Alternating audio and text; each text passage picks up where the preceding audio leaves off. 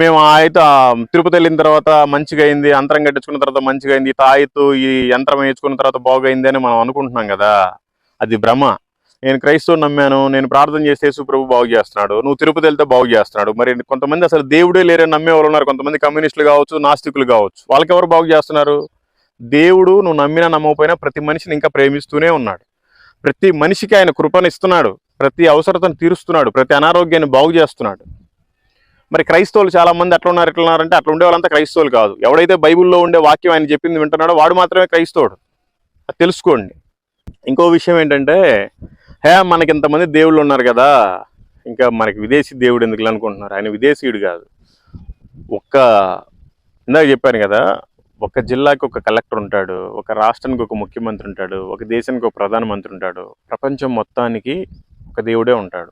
ఆయన కూడా మధ్యలో ఉంటాడు. అది యెరూషలేము.